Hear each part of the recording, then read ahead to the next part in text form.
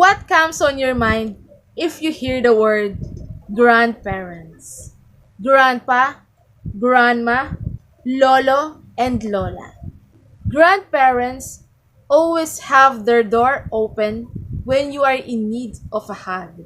Some saying na mas matimbang daw ang pagmamahal ng isang grandparents kesa sa mismong mga magulang natin.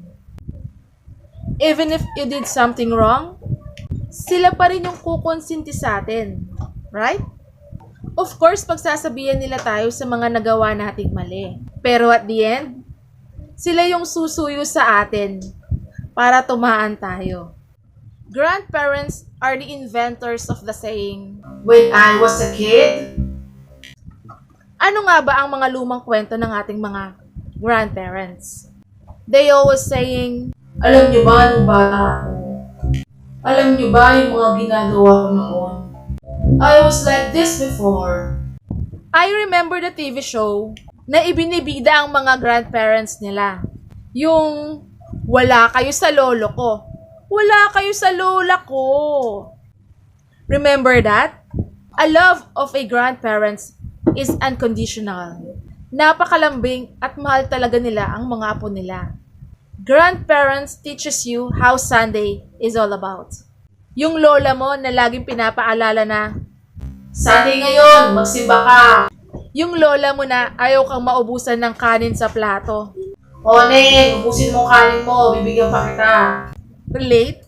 Yung lolo mo na walang rules. They always give you the best. Yung ayaw kang ibili ng laruan ng nanay mo, pero sila, patago silang bibili at ibibigay sa'yo. Pero heto, ayaw na mga lolo at lola natin na pinapakailaman ang mga gamit nila. Bakit nga ba? Kasi po, matanda na ang mga yan.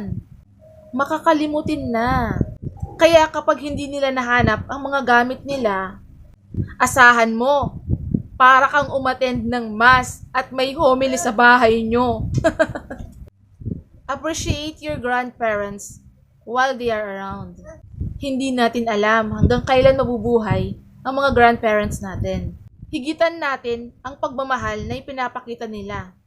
Bihira na lang ngayon ang mga batang naaabutan pa ang mga grandparents ng mga parents nila. Maswerte pa tayo na may tinatawag tayong lolo at lola, grandpa and grandma. At heto pa, sino dito ang naka-experience na umuwi ng late at madilim sa kusina, uhaw na uhaw ka na. May nakita kang basong may laman ng tubig at ininom mo. Pagkaubos mo, parang may something. Ano kaya yun? For sure, nai-imagine nyo yun. Ano kaya yun, guys? Doon pala inilagay ng lola nyo yung... Pero sino naman dito yung mga laging pinagsasabihan ng mga grandparents dyan? Umaga pa lang, magbubunga nga na yung mga yan. Hanggat hindi mo nagagawa ang gusto nila o yung mga gawaing bahay, hindi yan titigil. But despite of that, we love our grandparents. And always will be. Kaya laging makinig sa lolo at lola nyo. Dahil ilang dekada na ang dumaan sa kanila. At talaga namang marami silang napagdaanan kaysa sa atin, di ba? I hope meron kayong magandang napulot sa video ko. Ikaw, anong kwentong grandparents mo?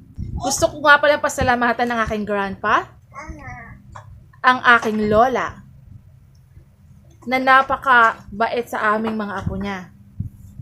Thank you! Thank you! I wish that one day I can also talk to my other grandma. See you on my next vlog. God bless everyone! I'm Mauritian darling! Bye-bye!